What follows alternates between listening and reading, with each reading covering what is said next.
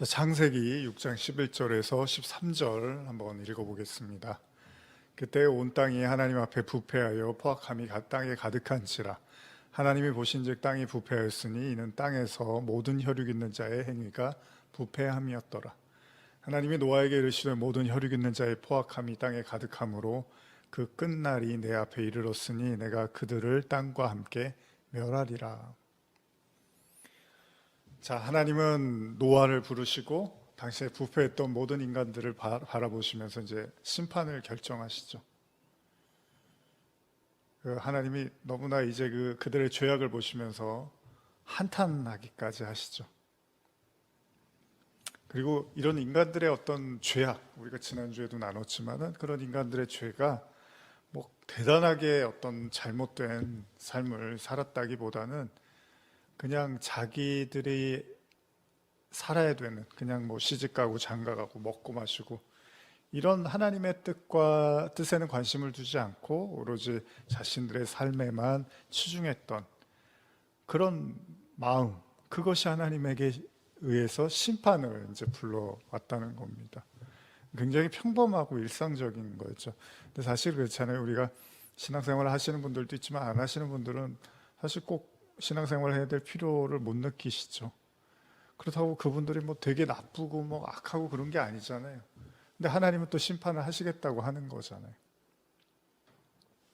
어쩌면 하나님에 대한 무관심이야말로 인간의 큰 죄악일 수 있다는 거죠. 가장 큰 죄일 수도 있다는 거예요. 그 무관심이라는 것이 하나님에 대한 또 신앙이 없다는 건 아닙니다. 그러니까 신앙생활을 안 하는 거 우리가 이렇게 오해할 수 있는데 그게 아니죠. 제가 뭐 계속 말씀드리지만 예수님이 유대인들을 그럼 꾸짖으시면 안 돼요. 근데 신앙생활 열심히 했거든요. 하나님을 열심히 믿었고. 근데 예수님은 자꾸 아니라고 한단 말이죠. 그 이유에 대해서 뭐 예수님이 여러 가지로 말씀을 하시는데 제가 한 구절 대표적으로 한 구절 읽어드리면 요한복음 8장 37절 보시면 나도 너희가 아브라함의 자손인 줄 아노라. 자, 아브라함의 자손이다 너희는. 그러나 내 말이 너희 안에 있을 곳이 없으므로 나를 죽이려 하는도다. 이렇게 말씀을 하세요. 예수님께서 바리새인과의 논쟁을 벌이면서 요한복음 8장에 나오는 구절인데 이게 중요한 대표적인 어떤 논쟁이죠. 여기서 뭐 마귀, 예수님이 막 너희 아비는 마귀야 막 이런 얘기까지 하신 아주 어떻게 보면 파격적이고 충격적인 내용이 담겨 있는데 요는 그렇습니다. 예수님이 너희들의 신앙이 굉장히 껍데기야. 내용은 없고 그냥 껍데기만 있어. 이런 말씀을 하시는 거예요. 계속 뭐라고 하시냐면 8장 45절에서 47절도 보시면 내가 진리를 말함으로 너희가 나를 믿지 아니하는도다. 너희 중에 누가 나를 죄로 책잡겠느냐. 내가 진리를 말하는데도 어찌하여 나를 믿지 아니하느냐. 하나님께 속한 자는 하나님의 말씀을 듣나니 너희가 듣지 아니함은 하나님께 속하지 아니하였습니다. 예수님이 계속 반복하시는 말씀 중에 하나가 그러니까 내가 말을 하는데 그걸 마음에 담지를 못하는구나 이제 이런 표현을 많이 쓰시는 거잖아요. 이게 다른 말로 뭐죠? 이렇게 듣지를 않는다는 거예요. 아까는 내 말이 너희 안에 있을 곳이 없어라고 하고 지금은 너희가 듣지를 않는다. 하나님께 속한 사람은 말을 듣는데 너희는 안 듣는구나 이제 이렇게 말씀을 하세요. 그러니까 이거는 여러분들 뭐 믿고 안 믿고의 문제가 아니에요. 지금 믿는 사람들한테 예수님이 이렇게 꾸짖으셨단 말이죠. 그러니까 안 믿는 사람들만 자꾸 지금 탓하는 게 아닙니다. 그러니까 노아의 방주 때도 마찬가지일 거예요. 정말 하나님을 아무도 안 찾고 아무도 몰랐느냐? 그건 아니었을 거예요. 하나님을 찾는 사람들도 있었을 거고 나름 하나님에 대한 신앙을 가진 사람도 있었을 거예요. 그러나 하나님이 보셨을 때는 아니었던 거죠. 예수님도 지금 그러는 거예요. 그러니까 우리가 그런 거예요. 뭐 설교도 그렇고 제가 뭐 오랫동안 설교해오고 우리 예배도 뭐 드리고 여러분들도 개인적으로도 이전에도 신앙생활 오래 하신 분들 계실 테고. 근데 중요한 거는 이제 말을 계속 이렇게 듣는 게 중요한 게 아니라 그걸 마음에 이제 새기고 정말로 들어야 되잖아요. 근데 그런 모양과 신용은 하는데 듣지도 않고 마음에 새기지도 않는다는 거죠. 이게 이제 에덴 동산에서 아담이 쫓겨난 이유죠. 하나님의 말씀을 마음에 품지 못했다는 거예요. 듣지를 못했다는 거예요. 사실 우리가 당시 노아의 때 구체적으로 그들이 어떤 죄를 지었는지에 대해서 상세하게는 알 수 없습니다. 그냥 아까 말씀드린 것처럼 노아의 때 사람들이 먹고 마시고 시집가고 장가가는 일에 혈안이 돼 있던 거죠. 오늘 본문에서도 뭐라고 합니까? 인간의 행위가 부패하고 포악했다는지 이렇게 표현을 해요. 부패하다, 포악하다, 뭐 어려운 말 아니죠. 포악하다는 약간 이제 폭력적인 의미도 있거든요. 그러니까 부패하고 굉장히 거칠고 시기하고 질투하고 뭐 죽이고 뭐 이런 여러 가지 것들이 음모 뭐 이런 것들이 다 있는 거죠. 지금 우리가 살고 있는 세상에서도 사실은 뭐 이 표현들이 뭐 굉장히 거리가 멀다고 생각하지는 않잖아요. 인류의 역사 이래로 언제나 이 부패와 포악은 존재했습니다.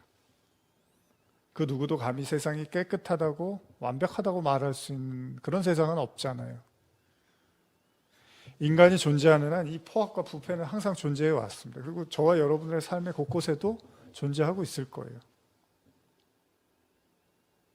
그리고 하나님은 그 포악과 부패가 가득한 상태, 이제 뭐라고 하냐면 충만한 상태라고 하거든요. 그러니까 더 이상의 이제 여력이 없는 가득 찬 상태를 하나님이 보시고 심판하기에 이르렀다라고 기록이 돼 있죠.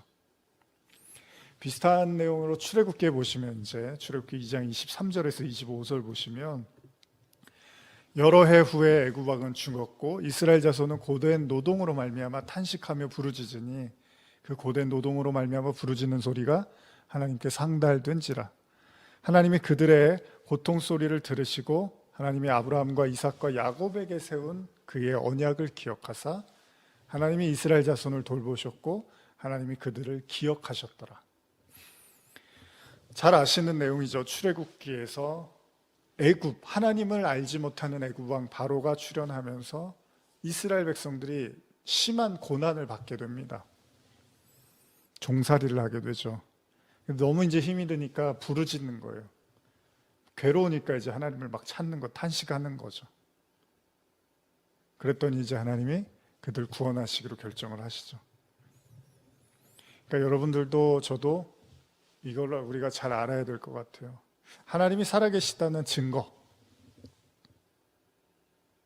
그건 뭐냐면 하나님이 아무리 침묵하시는 것 같고 모습을 드러내지 않는 것 같아도 분명 어떤 시점, 그러니까 반드시 심판을 당해야 되는 시점, 하나님이 심판을 해야 되는, 또 아울러서 그 심판 속에서 반드시 누군가를 구원해야 되는 그 시점에선 반드시 하나님이 일을 하신다는 거예요. 그러니까 절망하지 마십시오. 하나님이 심판해야 될 때는 심판하시지만 또 구원해야 될 때는 반드시 구원을 하십니다. 사실 이거 믿지 않으면 우리가 하나님을 믿을 이유가 없죠. 또 반대로 또 이걸 우리가 믿기 때문에 우리가 그동안 신앙생활을 유지해 왔을 거예요. 저도 그렇고요. 여러분도 그렇고 우리는 그 무수히 많은 신앙생활을 통해서 이 두 가지를 경험했을 거예요. 심판 그리고 구원. 물론 우리의 인생에 나타난 심판이 완전한 심판, 또 완전한 구원은 아니라고 느낄 수 있어도 그게 이제 완료된 건 아니까, 우리가 죽어서 다 끝난 게 아니니까 살아있는 가운데서 하나님이 심판도 하시고 살아있는 가운데서 계속해서 구원도 하신다는 거죠. 저와 여러분들은 분명히 우리 인생에서 크고 작은 심판과 구원을 동시에 경험하면서 살았을 거라는 거예요.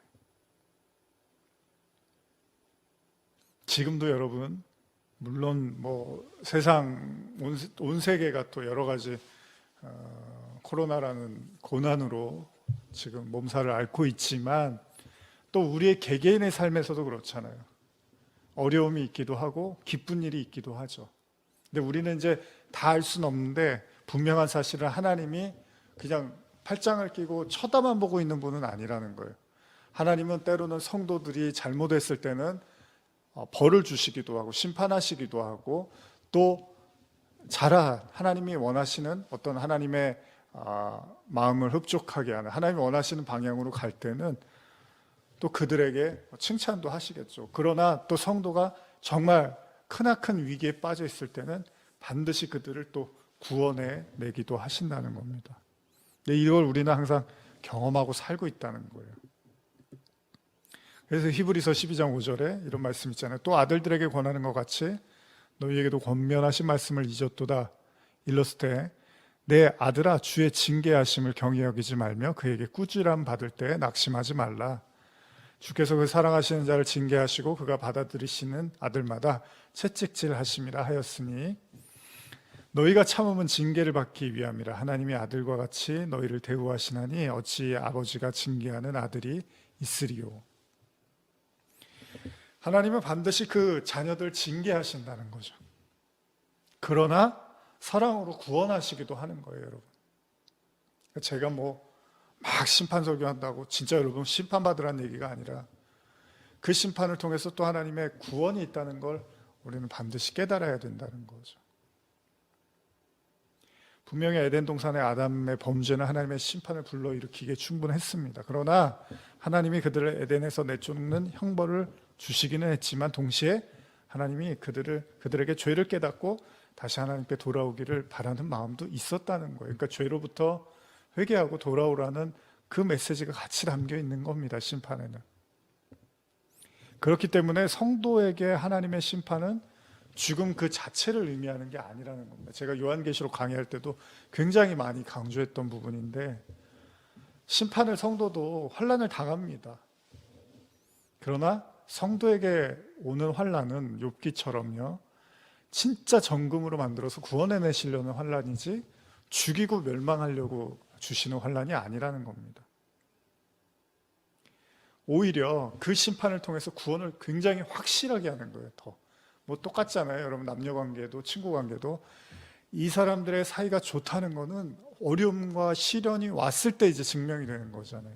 평소에는 두루두루 치내는데 이제 어려움과 환난이 왔을 때 그럼에도 불구하고 포기하고 서로를 향해서 이제 애정을 보일 때 그 관계를 이제 좋은 관계라고 하는 거잖아요.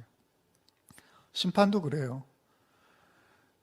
저도 예전에 이제 가정에서 오래전에 이제 선교 가기 전에 이제 가정에서 개척하고 이러면서 또 교회 하고 이럴 때도 참 나름 어렵다면 어려운 시간이었던 것 같아요. 그럴 때마다 정말 이제 하나님을 많이 찾고 정말 내가 뭘 해야 되고 어디로 가야 되는지 참 고민을 많이 했는데 그런 삶 자체가 때로는 이렇게 심판받는 것처럼 느껴질 때도 있었습니다. 그러나 시간이 지나고 보니까 그 시간들 통해서 또 구원을 하나님이 더욱더 단련시키는 시간이 아니었나라는 생각도 드는 거죠. 그러니까 지금 여러분들에게 불어닥친 어려움들이 있다면 물론 그 자체가 우리에게는 환난이고 고난처럼 느끼겠지만 또 반대로 그 속에서 하나님이 구원해 나가는 우리를 구원으로 이끌어가는 구원으로 완성해가는 과정이라는 것도 잊지 않았으면 좋겠다는 겁니다. 비 온 뒤에 땅이 굳어진다고 하죠.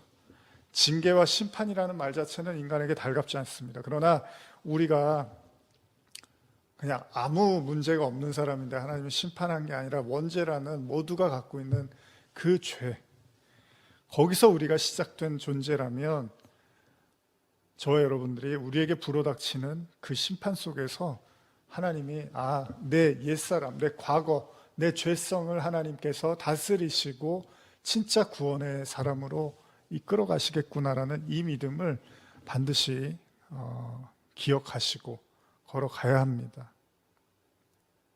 절망하지 말아야 합니다. 성도에게는 그 심판조차도 하나님의 구원과 사랑의 메시지라는 걸 우리는 인정해야 된다는 거죠. 그렇기 때문에 우리가 지금 노아의 방주라는 이 책을 보면서 이 말씀을 보면서 이 안경, 이 시각을 가지고 봐야 된다는 거예요.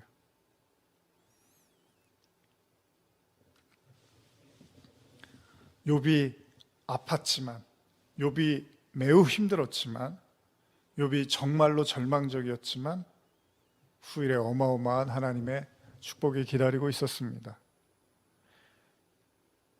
물론 그건 지나고 나서 그건 나중 일이지라고 말할 수 있겠죠.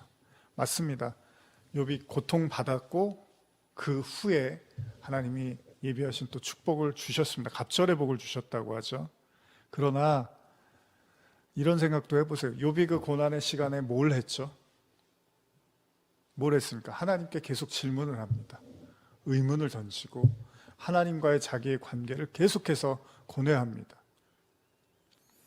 어쩌면 욥이 모든 것이 해결되고 받았던 축복도 놀라운 축복이지만 하나님은 어떻게 보면 그 욥과 독대를 하신 거예요. 그러니까 욥은 사람이 고난이 오지 않으면 하나님에 대해서 심각하게 생각할 필요가 없을 수도 있다는 거예요. 근데 사람이 고난이 오면 하나님을 심각하게 생각하게 된다는 거죠. 여러분 뭐 인간관계도 그렇잖아요. 남녀관계도 그렇잖아요. 만약에 이제 결혼을 뭐 앞두고 뭐 데이트를 하고 연애를 하는데 어떤 상황이 딱 됐을 때 어려움이 찾아오고 이러면 내가 정말 저 사람 사랑하는 건가? 저 사람 나 사랑한 건가? 이런 걸 굉장히 심각하게 생각을 하게 되잖아요. 어려움이 오면. 뭐 그게 시험이고 유혹이든 뭐든 간에 마찬가지로 인간도 그래요. 욥이 그냥 별일 없었으면 하나님을 잘 믿고 늘 경외하는 사람으로 살다가 갔겠죠. 근데 하나님이 그걸 원한 게 아니에요. 그러니까 여러분도 제가 항상 드리지만 욥기는 욥의 책이 아닙니다. 욥기도 우리의 책이에요. 하나님이 어느 순간에 심각하게 우리를 하나님을 고민하게 만든다는 거예요. 뭐 니체가 신이 죽었다고 말을 하잖아요. 니체도 나름 막 고민을 굉장히 많이 했던 거잖아요. 근데 이제 내린 결론이 신이 죽었다는 생각을 한 거잖아요. 근데 저와 여러분들 욥도 만약에 이 고난의 한복판에서 신이 정말 죽었나 보다, 신이 정말로 없나 보다 이렇게 결론을 내리면 안 되잖아요. 성도는 결국 욥은 그 고난에서 고민하고 고뇌하고 번뇌하고 그러면서 어떻게 되죠? 진짜 하나님을 만나게 되는 거죠. 사실 진짜 축복은 뭐죠? 욥이 몸이 좋아지고 다시 결혼하고 아이를 낳고 재산이 풍성해지고 갑절의 복을 받은 게 그게 그 갑절이 그 재산의 증식을 이야기하는 게 아니고요. 여러분 뭐 그러면은 다시 나중에 그렇게 될 거면 지금 있는 가족들 다 죽고 괴롭고 막 몸 망가지고 그걸 누가 좋아하겠습니까? 진짜 성경에서 말하는 갑절이라는 건 그동안 내가 알고 있었던 그 이상의 진짜 하나님을 갑절이라고 하는 거죠.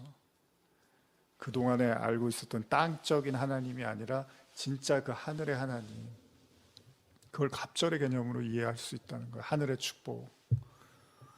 그러니까 지금 만약에 여러분들이 하나님 때문에 굉장히 많은 고뇌를 하고 있다면 물론 그 이유가 있겠죠. 여러분들이 지금 고난과 환난과 어려움의 시간을 살고 있기 때문에 또 그런 고뇌를 할 수 있을 겁니다. 그러나 그 고뇌의 끝에서 저와 여러분들이 진짜 하나님을 만나면 신이 죽은 게 아니라 신이 살아있구나, 그리고 나와 함께 하는구나, 나를 구원하기를 원하시는구나, 여기까지 갈 수 있다면 그게 진짜 축복이라는 거예요.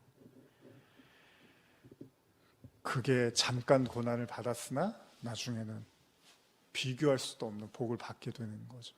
여러분, 하나님보다 더 큰 복이 어디 있습니까?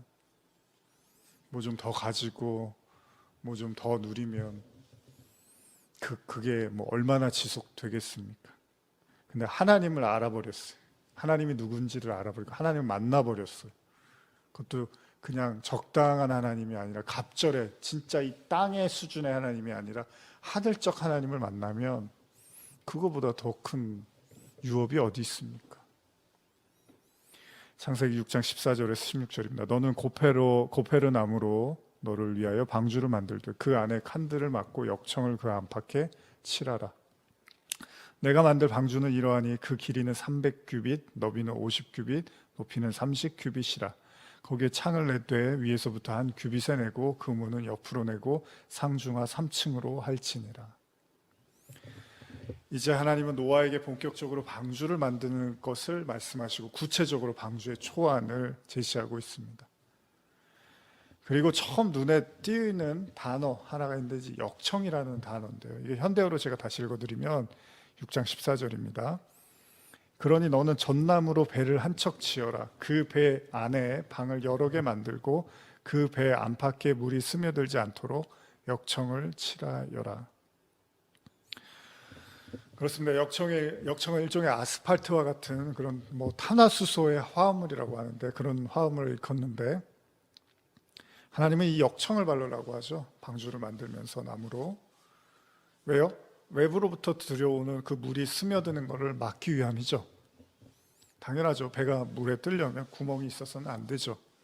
그러니까 물이 배 안으로 스며들게 해서는 안 된다는 거잖아요. 그러기 위해서는 구석구석 틈틈이 이제 발라야 되는 거잖아요.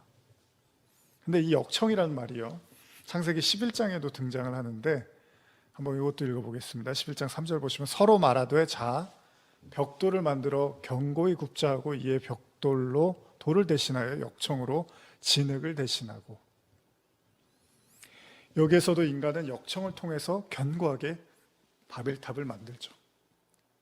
어쩌면 하나님이 만드시는 방주에 사용된 역청, 그리고 인간 스스로를 위해서 쌓는 바벨탑에 사용되는 역청, 뭔가 이렇게 의미심장해 보이지 않습니까? 창과 방패, 마치 이런 것들이 연상되죠.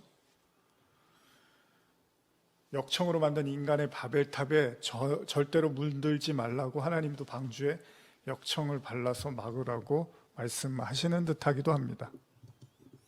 그런데요, 사실 창세기 6장 우리가 읽은 방주에 그 바르라고 말씀하신 그 역청은요, 창세기 11장의 바벨탑에 나오는 그 역청과는 좀 의미가 다릅니다. 창세기 6장에 있는 역청은요, 코페르라고 해서 역청이라는 의미도 있는데 그 전에 몸값 속전이라는 뜻도 있어요. 근데 창세기 11장에서의 역청은 그냥 아스팔트 역청의 개념이 강합니다. 바벨탑에는 그냥 역청을 발라라, 그런 의미가 강해요. 근데 창세기 6장의 노아의 방주에서는 속전이라는 의미를 가지고 있는 단어를 쓰고 있어요. 코페르라는 단어를요. 근데 왜 이런 단어를 굳이 쓸까? 사실 어느 정도 뭐 성경 보신 분들은 아시겠지만 노아가 만들게 될 방주는 뭐죠? 뭘 의미하죠? 사실 예수 그리스도를 모형하는 거잖아요. 왜냐하면 아담의 범죄 이후부터 성경은 계속 예수 그리스도의 오심에 대해서 예표가 계속 되고 있어요. 예언이 되고 있단 말이죠. 그래서 우리가 잘 알고 있는 원시복음이라고 일컫는 창세기 3장 14절에서 15절 보시면 여호와 하나님이 뱀에게 이르시되 내가 이렇게 하였으니 내가 모든 가축과 들의 모든 짐승보다 더욱 저주를 받아 배로 다니고 살아있는 동안 흙을 먹을지니라. 내가 너로 여자와 원수가 되게 하고 내 후손도 여자의 후손과 원수가 되게 하리니 여자의 후손은 내 머리를 상하게 할 것이요 너는 그의 발꿈치를 상하게 할 것이니라 하시고. 사실 이런 관점에서 보면 성경은 늘 예수 그리스도에 대한 예표, 그리고 아울러서 예수 그리스도의 초림, 그리고 재림에 대한 이야기로 가득 차 있습니다. 그게 무엇을 의미하죠? 성경은 그냥 예수 그리스도에 대한 얘기만 하고 있다는 거예요. 그렇죠?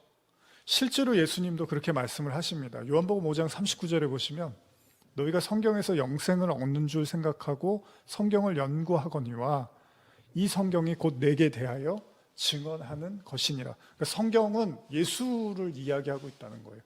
창세기부터 계시록까지 모든 성경은 예수를 얘기하고 있대요.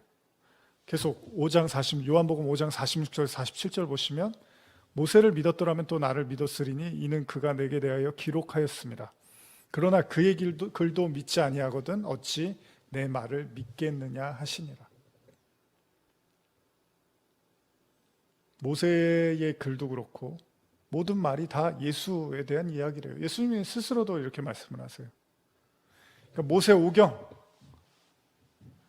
뭐 유대인들이 지금도 붙잡고 있는, 근데 이미 예수에 대한 이야기래요.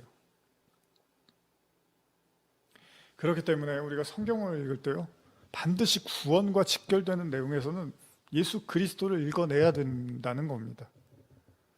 그러니까 노아가 만들고자 하는 방주, 그리고 거기에 바르는 역청, 근데 그 역청의 의미가 화학물질만이 아니라, 단순한 화학물질만이 아니라 속전 혹은 몸값의 의미를 가지고 있다면 그건 뭐죠?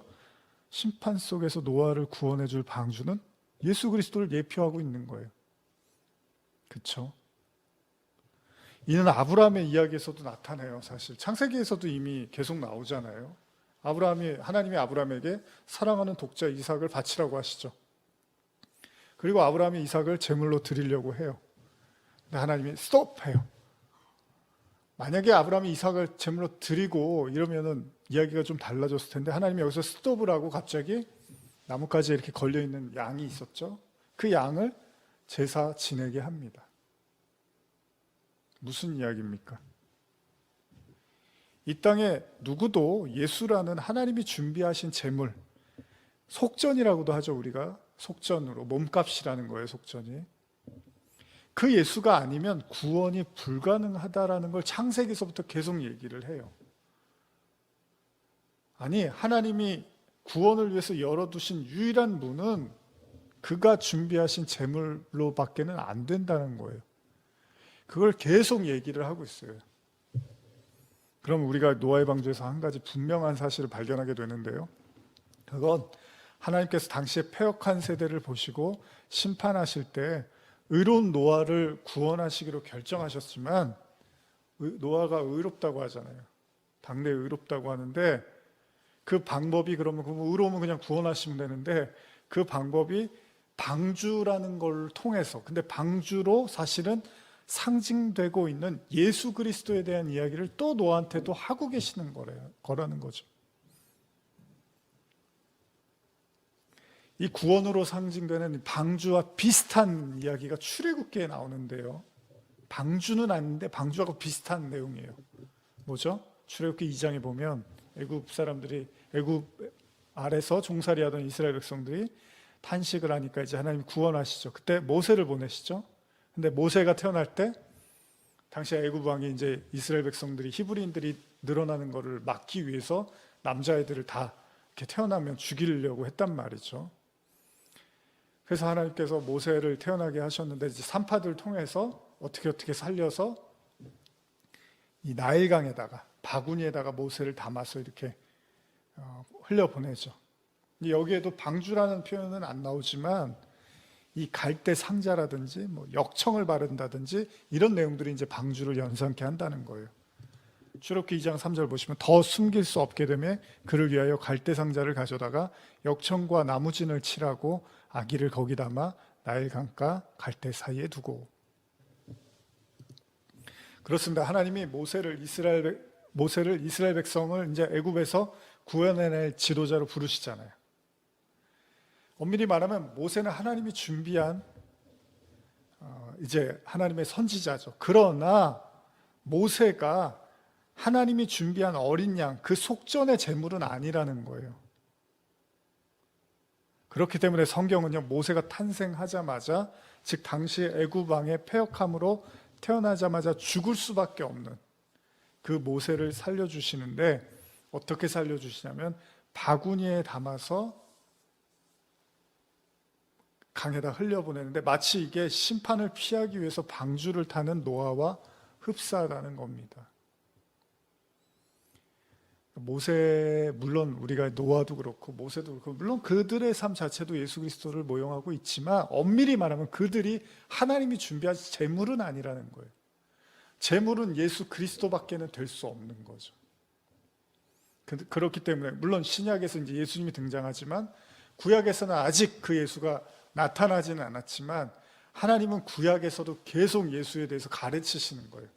그가 왜 하나님의 아들이고 하나님의 아들이 어떻게 구원하는 거고, 그것을 너희의 삶으로 반드시 깨달으라고 하나님이 말씀하시는 거죠. 다시 말씀드리지만 노아가 당대 의인이면 그냥 노아를 구원하시면 되는데, 굳이 방주를 만들어서 노아를 살리시고 구원하신단 말이에요. 그러니까 노아를 진짜 살게 했던 건 방주거든요. 이건 무엇을 의미합니까? 어쩌면 이 땅의 모든 성도들은 반드시 그들이 살아가는 날 동안에 깨달아야 된다는 거예요. 그건 원래 세상에는 죄가 관영함으로 말미암아 원래는 부패함과 포악함으로 그 누구도 하나님의 심판을 피해갈 수가 없단 말이에요. 근데 오로지 하나님이 준비하신 속정, 그 어린 양 안에, 방주 안에 들어온 사람만 살잖아요. 그 안으로 들어와야지만 산다는 거예요. 이거를 인생에서 반드시 깨달아야 된다는 거죠. 이런 어린 양은요, 창세기의 시작점에서도 하나님의 범죄한 아담에게 가죽옷, 즉 누군가가 죽어서 만들어진 그 옷을 입혀주심을 통해서 예표되잖아요. 아담과 하와에서도 또 갑자기 그 하체, 선악과 먹고 하체를 무화과나무 잎으로 이렇게 가린단 말이에요. 근데 하나님이 그걸 뺏어서 가죽 옷을 입히는데, 여기서 이제 가죽이라는 거는 짐승을 죽여서 만든 거니까 여기서 우리는 또 어린 양 예수를 또 떠올린단 말이에요. 그러니까 그들을 살리게 하는 그것이 바로 예수 그리스도다라는 걸 아담 때부터 이야기를 하고 있단 말이죠. 근데 노아의 방주에서도 노아를 살리는 것, 역청이라고 표현된 속전, 예수님을 이야기하는 거죠. 아브라함에서도 아브라함의 제사가 완벽했지만 하나님은 이삭을 받으시는 게 아니라 어린 양을 받으시는 거예요. 진짜는 어린 양을 드려야 된다는 거죠. 그리고 모세를 살리는 갈대 상자로도 예표가 되고 있는 거예요. 모세를 살리는, 빠질 수밖에 없는, 나일강에 빠져서 죽을 수밖에 없는, 세상에 죽을 수밖에 없었지만 그 갈대 상자를 통해서 살려내는 거죠. 역청을 바르는 거죠. 온통 성경은 예수가 아니고서는 성도가 살아남을 방법이 없다라는 걸, 하나님의 심판을 피해갈 수가 없다는 걸 계속 보여주고 있는 거예요, 성경은. 그런 의미에서요, 이제 방주를 만들어야 된다. 그것도 120년 동안. 이제 노아는 이제 이 일을 위해서 120년간 총력을 다해야 되는 거예요. 근데 이런 노아의 삶이 우리에게 분명히 한 가지 사실을 가르쳐 주고 있습니다. 그건 방주를 만든다는 건 다른 의미에서 그 예수가 누군지를 배워가고 깨달아가는 여정이라는 거예요. 세상이 유명한 자를 쫓고 힘 있는 자를 쫓을 때 오로지 노아는 예수에게 집중하는 인생을 살았다는 겁니다. 그렇다고 해서 이미 난 예수 믿었는데 난 예수 잘 아는데 이렇게 생각하실 문제가 아닙니다. 하나님이 노아에게 제시하신 시간은 120년이었어요. 사실 엄밀히 말하면요, 이후에 노아의 방주가 완성되었지만 우리가 잘 아는 것처럼 그 배에 탄 사람은 노아의 가족 외에는 아무도 없었습니다. 여러분, 하나님이 이걸 모르셨을까요? 그 방주를 만들어 놓고 탈 사람이 있을 거라고 기대하시고 만들어 보라고 하셨을까요? 하나님이 혹시나 하는 기대를 가지고, 여러분, 하루 이틀도 아니고 120년 동안, 그것도 주변에 사람이 있는 게 아니라 노아하고 식구들하고 지었을 거 아니에요. 근데 그 긴 시간을 방주 짓는 일을 허락하신 게 혹시나 하는 기대 때문일까요? 하나님이 한 명이라도 혹시 탈까?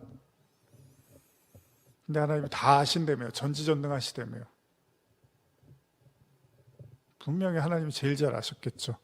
120년이 지나도 방주를 아무도 거들떠보지 않을 거라는 건 하나님이 제일 잘 아셨을 겁니다. 근데 왜 하나님은 노아에게 그 긴 시간 방주를 짓게 하셨을까요? 왜 그러셨을까요? 그건 어떤 의미에서 이렇게 생각해 볼 수 있습니다. 노아에게 구원을 위해서 필요한 시간이 120년이었는지도 모른다는 거예요.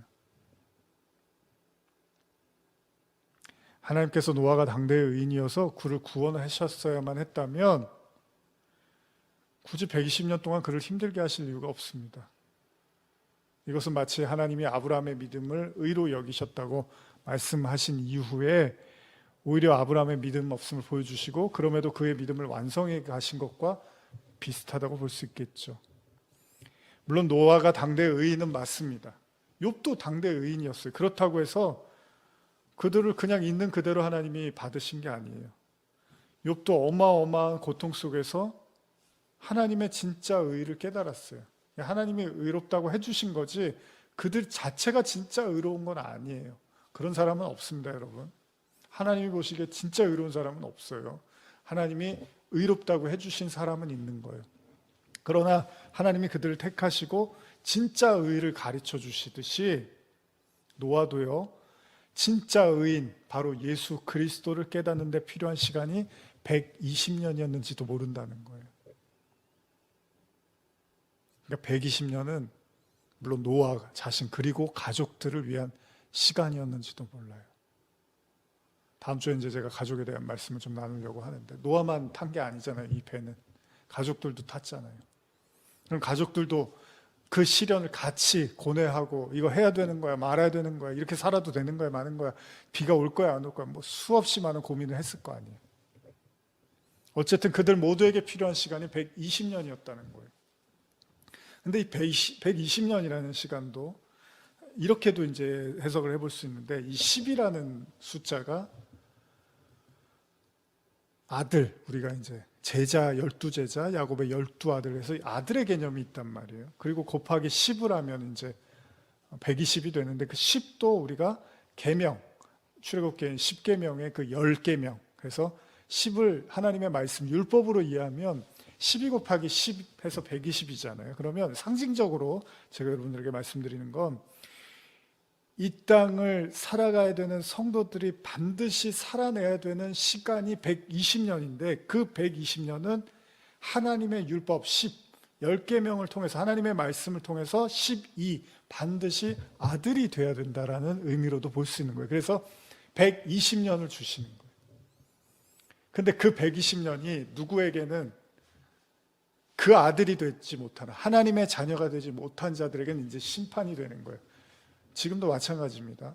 하나님의 말씀을 주셨어요. 시간을, 인생의 시간을 줬는데, 그 시간을 통해서 120을 살지 못하고 진짜 아들이 되지 못하면 이제 심판을 받는 거예요. 근데 그 120을 통해서, 그 말씀을 통해서 그 아들이 되면 이제 진짜 구원받는 거예요. 노아만 사는 거죠. 그런 의미로도 우리가 볼 수 있다는 거예요. 다시 말하면 성도는 반드시 이 땅에서 하나님의 율법, 즉 말씀을 통해서 하나님의 아들에 이르러야 한다는 겁니다. 이 일을 잘 어떻게 보면 이제 연상케 하는 구절이 있는데요. 제가 한번 읽어드릴게요. 누가복음 2장 42절에서 47절입니다. 예수께서 12살이 됐을 때, 굳이 12살이라는 표현을 써요. 그들이 이 절기의 관례를 따라 올라갔다가 그 날들을 마치고 돌아갈 때 아이 예수는 예루살렘에 머무셨더라.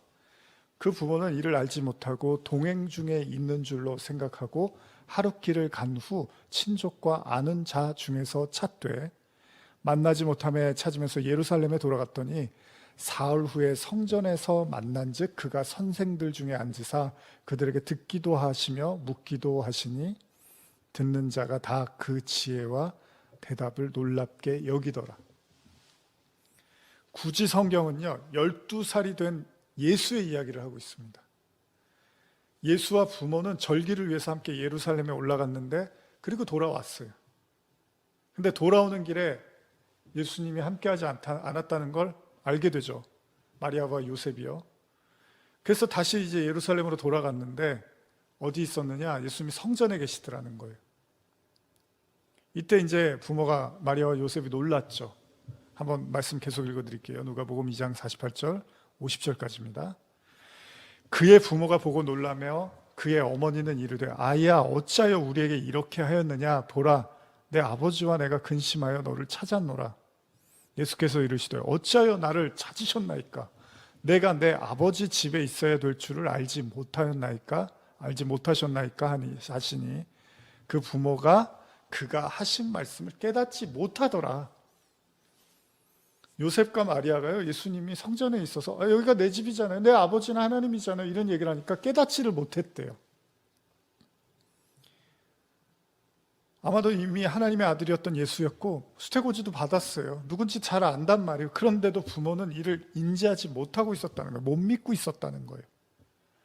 그렇기 때문에 성경이 12살이 된 예수, 아들 예수가 그 부모에게 자신이 하나님의 아들이고 자신의 아버지가 하나님이라는 사실을 분명하게 밝히 말하고 성전이 바로 내 집이다라고 말씀을 하시는 이런 사건을 보여주고 있다는 거예요. 누구를 위해서? 마리아와 요셉을 위해서. 무슨 말입니까? 비록 육신적으로 예수를 낳았다 하더라도 여전히 그 부모는 예수가 하나님의 아들이란 사실을 제대로 이해하지 못하고 있었다는 거예요. 그러니까 나는 믿는데요, 난 예수님이 하나님의 아들이라고 믿어요, 전 기독교인이에요, 그게 중요한 게 아니라 그 마리아는 자기 몸으로 낳았어요. 근데도 못 믿더라니까요. 어쩌면 우리는 노아의 방주를 만드는 것처럼 120년 동안 이 사실을 깨달아가는 겁니다. 그것은 12제자들의 신앙이 그랬던 것처럼 그들이 처음에 예수님을 하나님의 아들이라고 믿고 따르는 것 같았지만 나중에 보니까 아니었던 거잖아요. 그런데 또 십자가와 부활 사건을 통해서 그 사실을 믿음으로 받아들이게 된 것처럼 결국 그들이 그 아들을 믿게 됐을 때, 즉 그들이 예수 안에 거하게 됐을 때 진정 그들이 하나님의 아들들이 됐다는 거예요. 우리도 먼저 방주를 통해서 예수가 하나님의 아들이어야 함을 배워야 되고요. 결국 우리 자신도 하나님의 아들이었음을 깨닫게 되고, 그것이 바로 구원의 여정이고 120년이 우리에게 말하고 있는 상징적 시간이라고 볼 수 있습니다. 창세기 6장 17절에서 22절 한번 읽어보겠습니다. 내가 홍수를 땅에 일으켜 무릇 생명의 기운이 있는 모든 육체를 천하에서 멸절하리니 땅에 있는 것들이 다 죽으리라. 그러나 너와는 내가 내 언약을 세우리니 너는 내 아들들과 내 아내와 내 며느리들과 함께 그 방주로 들어가고 혈육이 있는 모든 생물을 너는 각기 암수 한 쌍씩 방주로 이끌어들여 너와 함께 생명을 보존하게 하되, 새가 그 종류대로 가축의 그 종류대로 땅에 기는 모든 것이 그 종류대로 각기 둘씩 내게로 나오리니 그 생명을 보존하게 하라. 너는 먹을 모든 양식을 내게로 가져다가 저축하라. 이것이 너와 그들의 먹을 것이 되리라. 노아가 그와 같이 하여 하나님이 자기에게 명하신 대로 다 준행하였더라. 여러분, 신앙은 피상적인 게 아닙니다. 예수는 환상이나 동화 속 인물이 아닙니다. 오히려 우리의 눈에 보이는 이 모든 것들이 사실은 결국 사라질 거죠. 굳이 말한다면 이 물질 세계야말로 사실은 꿈과 같은 겁니다. 일장춘몽이라고 하죠. 지금은 잘 모르지만 정말 이제 삶의 마지막 순간이 다가올 때 이 세상이 그냥 꿈 같다라는 것을 알게 되겠죠. 그리고 그제서야 그럼 사라지지 않는 게 뭘까라는 실체에 대한 고민을 할 수도 있을 것입니다. 이제 노아는 방주를 만들기 시작합니다. 방주를 만든 이유는 딱 하나입니다. 결국 그 모든 것이 다 사라져갈 것임을 노아는 알았기 때문에 사라지지 않는 것을 위한 일을 시작하는 거죠. 그리고 하나님도요, 실질적인 명령을 합니다. 그냥 피상적으로 얘기하지 않으셨어요. 방주를 만들고 그 방주 안에서 어떻게 하라고 설명해 주십니다. 그리고 중요한 건 노아에게 내 아들들과 내 아내와 내 며느리를 함께 태우라고 합니다. 그리고 모든 생물을 암수 한 쌍씩 태우고 모든 양식을 가져다가 저축하라고 말씀하십니다. 어마어마한 작업을 노아는 해야 됩니다. 분명한 사실은 120년 동안 뭘 해야 되는지가 너무나 분명해졌다는 거예요. 이제 노아가 할 일은 이 방주를 완성시켜야 됩니다. 어쩌면 이 미친 짓이라고 생각할 수 있는, 세상이 사람들이 봤을 때 꿈 같은, 환상 같은, 동화 같은 이상한 행동이라고 여길 수 있는 그 일을 이제 노아는 해야 합니다. 그리고 거기에 모든 걸 쏟아내야 돼요. 근데 이건 노아의 삶만이 아니라는 겁니다. 바로 그 방주는 우리도 만들어야 하는 겁니다. 방주를 만든다는 건 결국 예수가 그리스도임을 배워가고 깨달아가는 것이죠. 그때 비로소 예수가 우리 안에, 우리가 예수 안에 들어가는, 예수님이 말씀하신 제자들에게 내가 십자가 지고 그리고 나서 너희가 내 안에, 내가 너희 안에, 예수님 말씀하시는 바로 우리가 주님 안으로 들어가는 것, 주님이 내 안에 들어오고 내가 주님 안으로 들어가는 그 방주를 우리가 완성할 때 비로소 120년의 시간이 우리에게는 자녀가 되는 축복의 생명의 시간이 되겠지만, 그 120년으로 그 예수 안으로 들어가지 못해버리면 사망과 멸망의 시간이 될 것이라는 겁니다. 오늘도 하나님은 그 방주로 여러분들을 부르고 계십니다. 성경 몇 구절 읽고 마치고 싶습니다. 빌립보서 3장 7절 8절입니다. 그러나 무엇이든지 내게 유익했던 것을 내가 그리스도를 위하여 다 해로 여길 뿐더러 또한 모든 것을 해로 여김은 내 주 그리스도 예수를 아는 지식이 가장 고상하기 때문이라. 내가 그를 위하여 모든 것을 잃어버리고 배설물로 여김은 그리스도를 얻고. 한 절 더 읽겠습니다. 호세아 6장 3절입니다. 그러므로 우리가 여호와를 알자. 힘써 여호와를 알자. 그의 나타나심은 새벽빛같이 어김없나니 비와 같이 땅을 적시는 늦은 비와 같이 우리에게 임하시리라 하니라. 우리에게 주어진 120년, 노아에게 그랬던 것처럼 오늘 살아가는 우리에게도 하나님은 그 말씀으로 그 자녀가 되어 그 예수 안으로 들어가는, 그리고 그 예수가 우리 안에 거하는 진정한 생명과 구원의 상태에 이르기를 원하십니다. 방주를 타실 것입니까? 안 타실 것입니까? 하나님이 우리에게 묻고 계시는지도 모릅니다. 기도하시겠습니다. 하나님 아버지, 120년이라는 시간,